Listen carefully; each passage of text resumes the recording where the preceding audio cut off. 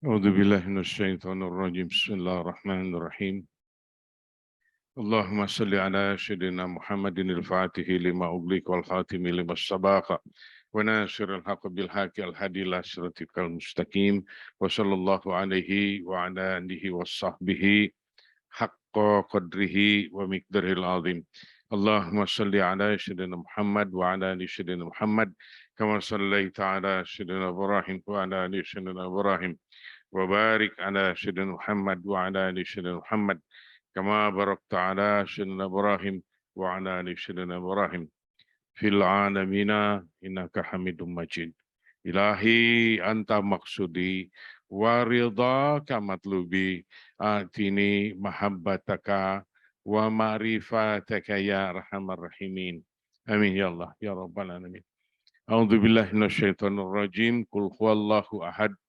Allahus samad lam yalid walam yulad walam yakul lahu kufuwan ahad. Alhamdulillah wa syukru ala ni'amillah. Para sahabat sekalian, ini adalah malam yang sebuah kebahagiaan yang Allah berikan lagi kepada kita. Masih umur kita diberikan dan Allah jadikan lingkaran atau halaqah zikir yang disebut Raudah min Riyadil Jannah, taman-taman surgawi. Alhamdulillah masih kita yang dibuat oleh Allah di sini dan kitalah yang ada di dalamnya. Bila tidak, wallahu alam, kita sedang berada di mana dan apa yang sedang kita kerjakan. Kita tidak tahu. Betapa beruntungnya orang yang dimasukkan ke dalam halaqah zikir sekalipun tertidur ada di dalam Raudah min Riyadil Jannah. Ini dulu kita tidak boleh lalai, maka semoga ini masuk di dalam syukur kita kepada Allah Subhanahu wa taala dan Allah mempahalai kita. Pasti itu tidak salah kalau Allah mempahalai kita, karena kita harus terkikis dari sangka-sangka buruk di dalam hati. Para sahabat sekalian, tadi dibacakan di dalam kitab Al-Luma, Syekh Abu Nasr As-Sarraj At-Tusi rahimahullah menulis dan dibacakan tadi oleh Syekh Jordanis Salam tentang huriyah. Ini sebuah istilah di dalam tasawuf. Jadi sebelum mengaji ini kemarin, banyaklah orang yang berkata, dan karena membaca atau mendengar dari orang lain, kebanyakan sih membaca, tentang istilah-istilah tasawuf. Seolah-olah, oh ya kalau istilah ini saya tahu, wajid itu apa, ini macam-macam. Kita tidak berbicara tentang yang seperti itu, karena itu mudah, dan tasawuf itu bukan seperti itu. Bahkan suatu saat, saya mungkin kalau ingat, saya sering berbicara, aku tidak peduli apa gerangan namanya ini yang kurasakan. Kalau masih ingat, inilah dia. Hanya kebetulan saja dibacakan tadi oleh Syekh Jordanis Salam tentang huriyah ini. Sebuah rasa kemerdekaan, seolah sebuah kebebasan. Ini ada mengandung beberapa tahapan yang sesungguhnya di dalamnya ada roja juga. Daya harap itu menyangkut di sana. Yang kedua, sangka di situ masih tetap ikut. Maka minggu yang lalu kita mengaji tentang bagaimana gerakan-gerakan hati kita, nada jiwa kita atas sangka-sangka yang ada. Tentang kemerdekaan ini juga jauh tahapan-tahapannya. akan mudah dicapai karena semua di tangan Allah Subhanahu wa taala. Bukan karena kita gagah mujahadah lalu beroleh musyahadah jadi sebuah sebabnya karena kita gigih lalu bisa dapat, bukan. Seolah-olah para masyaikh berbicara, wahai nak, bukan seperti itu.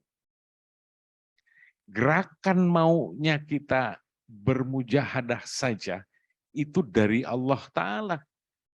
Apalagi hasil-hasil daripada itu dari Allah. Kita bicara tentang abid, ma'bud. Nah, ini dia tentang penghambaan. Apakah sudah menjadi hamba sejati? Terbebas dia dari sifat insaniahnya. Nah, minggu lalu saya berbicara tentang bashar, tentang kemakhlukan, kedirian, yang sudah barang tentu kentalnya keakuan di dalam diri. Dialah yang suka menilai-nilai orang lain, termasuk menilai diri kita yang kita rasakan. Kita lupa akan tujuan. Disinilah perlunya para pembimbing. Di sini diperlukan mursyid-mursyid piawai yang sejati. Semoga Allah memberikannya kepada kita. Semoga Allah menerangkannya, menjabarkannya kepada kita.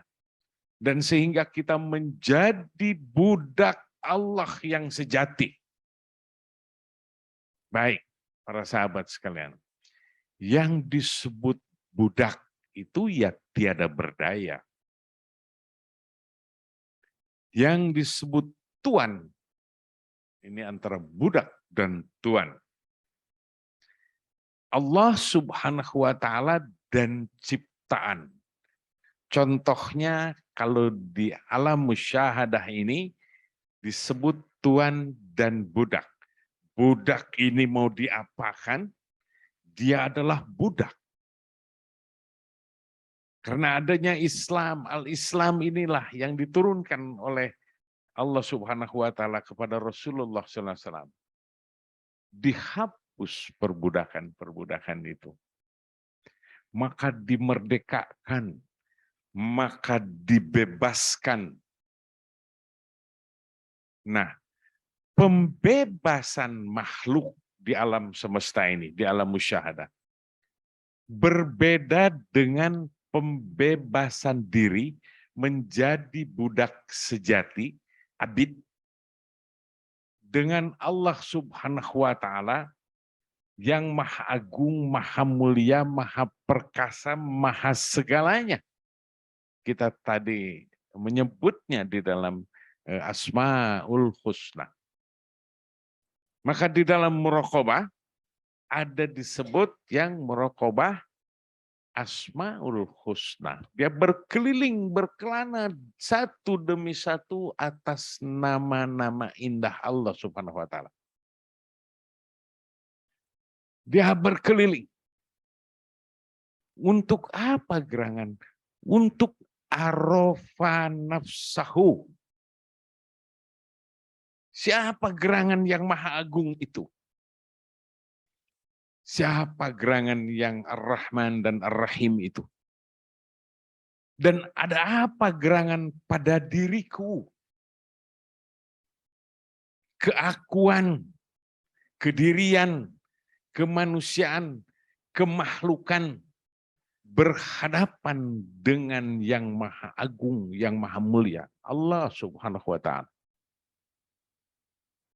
Bagaimana di alam musyahadah? Seorang pegawai kepada tuannya.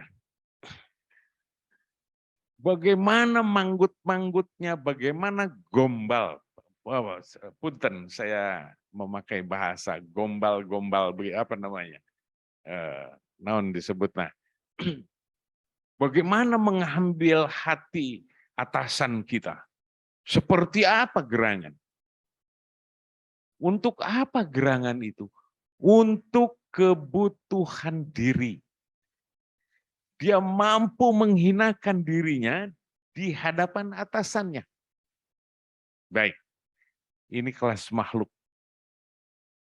Apakah engkau lakukan juga kepada Tuhanmu, kepada Allah Subhanahu wa Ta'ala, yang menciptakan segalanya, yang al-awwalu wal akhir, yang tadinya hanya Dia yang ada dan tidak pernah berubah, yang manusia tidak bisa menyebutnya apa-apa, karena zat laisa kamislihi syai'. Terlalu mulia atas sebutan-sebutan manusia kepadanya.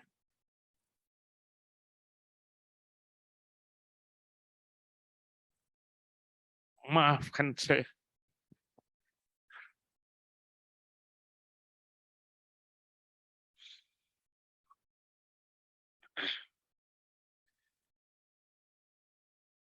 Terlalu hina manusia untuk berhadapan dengan Allah Subhanahu wa Ta'ala. Akan tetapi Allah mengutus Nabi yang paling dimuliakan, Rasulullah Muhammad Sallallahu Alaihi Wasallam. Kalau saya memakai bahasa kemakhlukan, karena tiada bahasa pengagungan kepada Nabi kita, apalagi kepada Allah Subhanahu wa Ta'ala.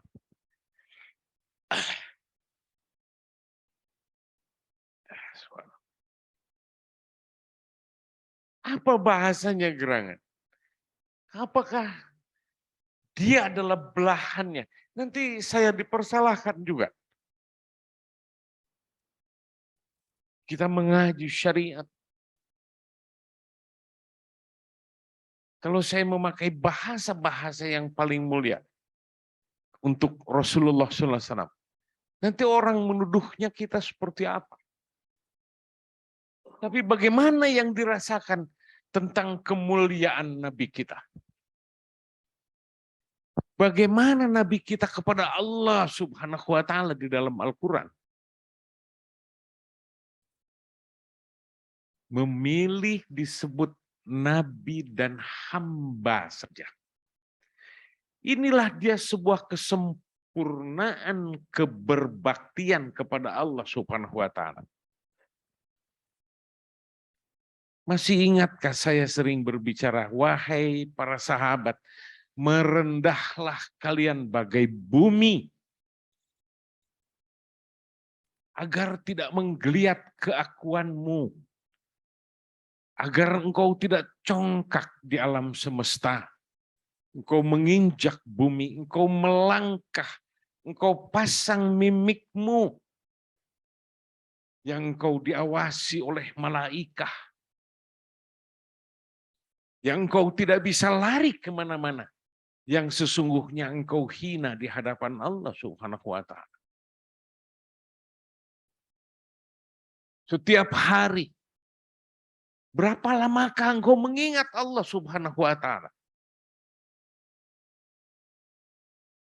Atau engkau merusaknya jalur tasawuf ini?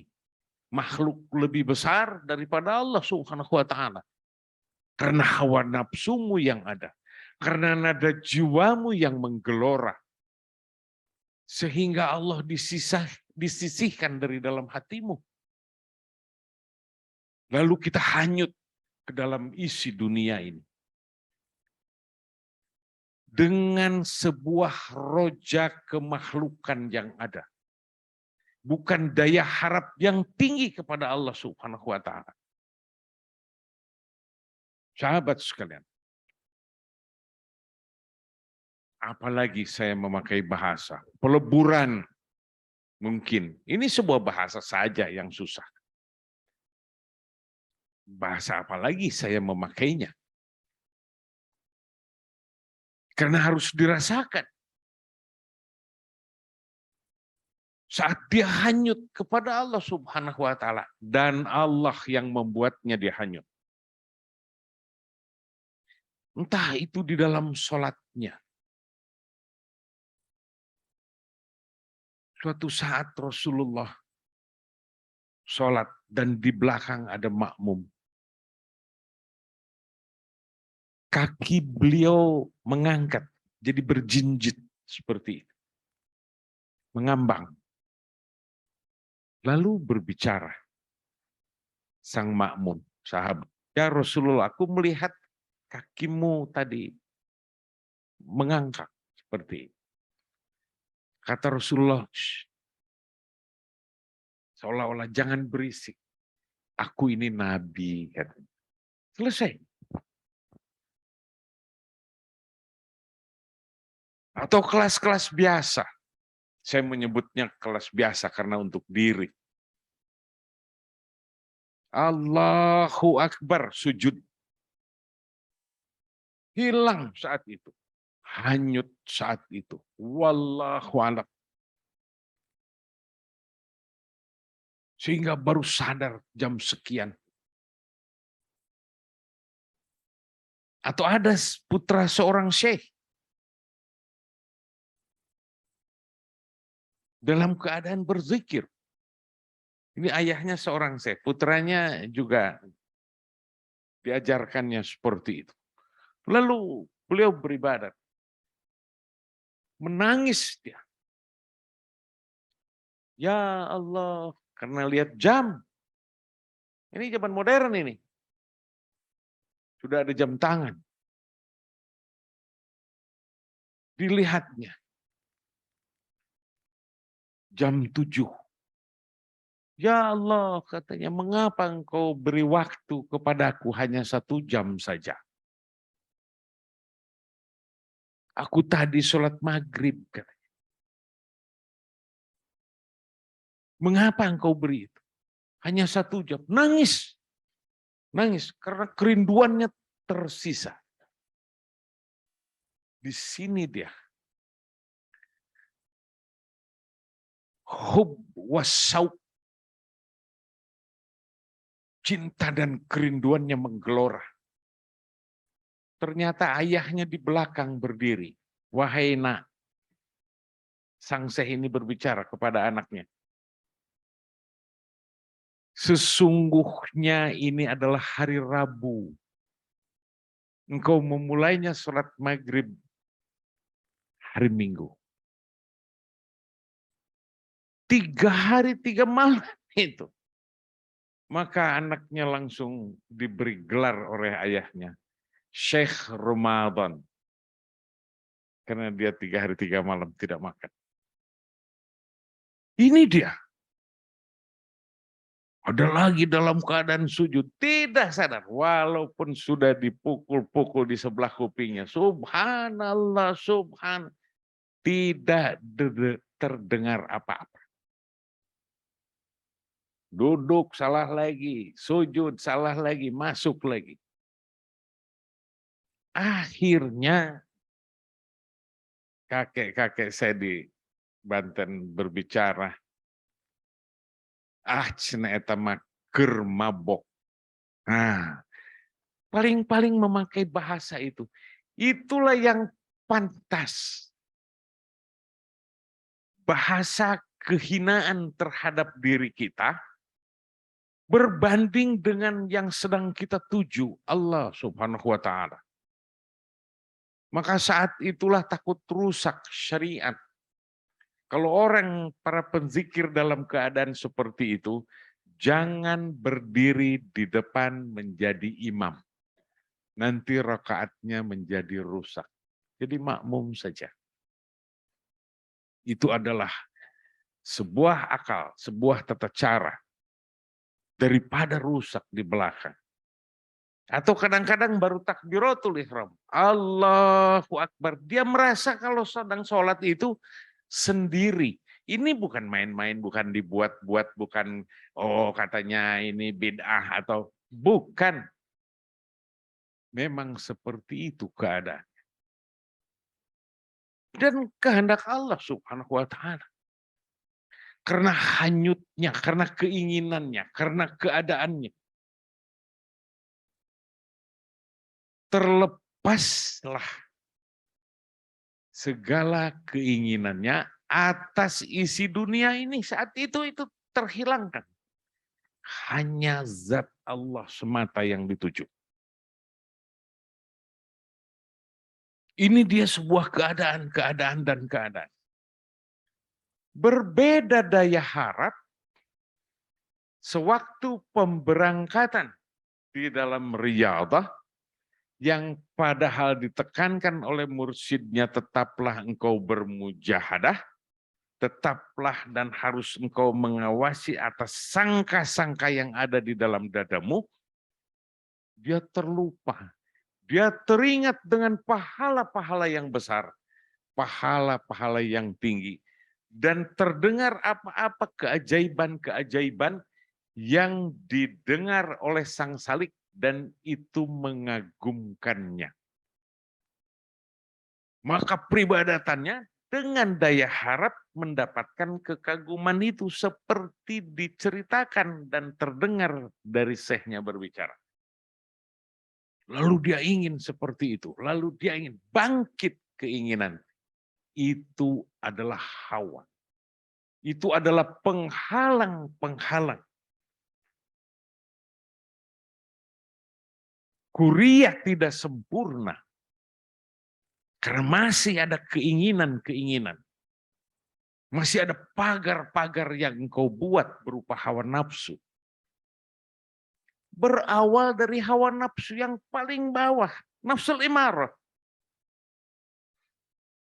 Buruk sangka, ingin tergesa-gesa, ingin segera dilaksanakan, ingin. Kita ngobrol dengan tamu. Yang 1, 4 orang, 3 orang bercerita. A tentang B, tentang C, bersambut. Para sahabat sekalian, di dalam obrolan hanya 3 orang saja, jangan terlalu banyak. Sesekali berkibar itu di atas kepalanya, gaung dari dalam dada berupa hawa nafsunya, takabur kadang-kadang. Karena ini ngobrol berjam-jam ini. Nyaman dia ngobrol dengan beberapa sahabat. Yang satu berkibar ujub. Bendera ujub turun. Berkibar lagi bendera ria.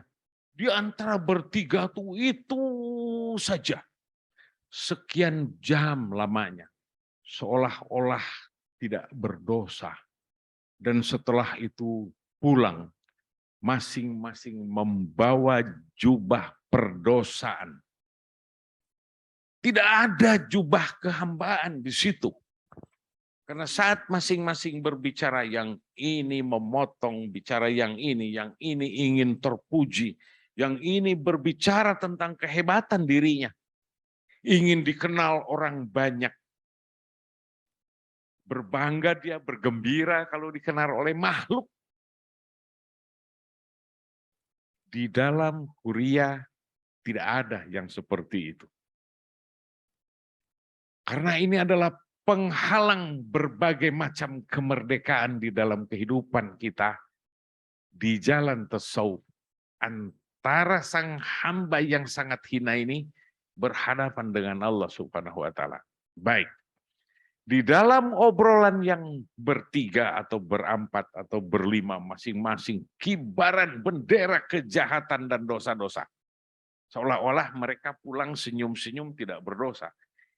Tidak ada yang berzikir di antara 4 dan 5 yang tadi berbicara itu. Semua berupa keakuan yang dibicarakannya.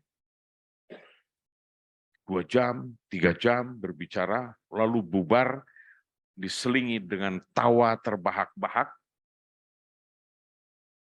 Padahal ada di dalam hadis, tertawa terbahak-bahak itu adalah menggelapkan hati.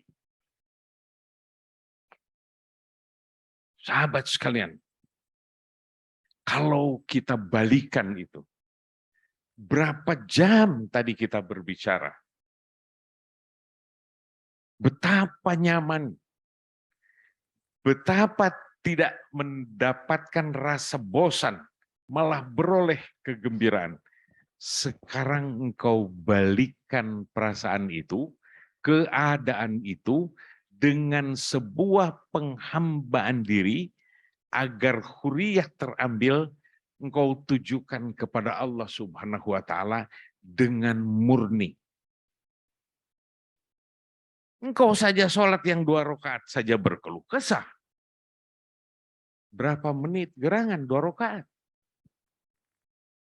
Tetapi tadi betah. Mengapa engkau tidak betah? Sekian jam engkau berzikir. Sekian jam engkau bermujahadah di dalamnya. Sekian jam engkau riyadah. Disebutkan di dalam kitab tadi. Bagaimana Nabi sampai bengkak kaki beliau. Untuk sebuah penghambaan diri kepada Allah Subhanahu wa Ta'ala.